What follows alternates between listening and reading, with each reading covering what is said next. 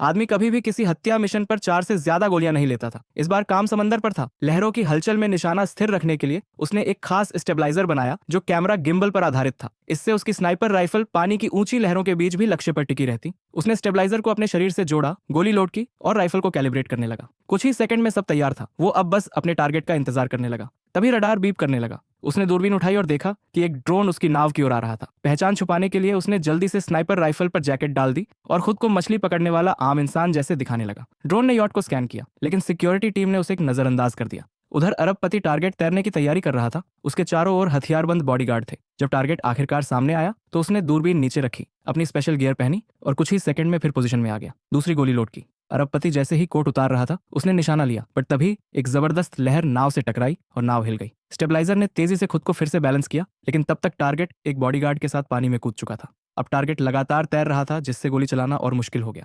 तभी उसने देखा कि एक जेट स्की उसकी ओर बढ़ रही है। उसने तेजी से राइफल घुमाई और गोली दाग दी, जिससे ड्राइवर वहीं गिर गया। फिर उसने तीसरी हाई कैलिबर गोली लोड की।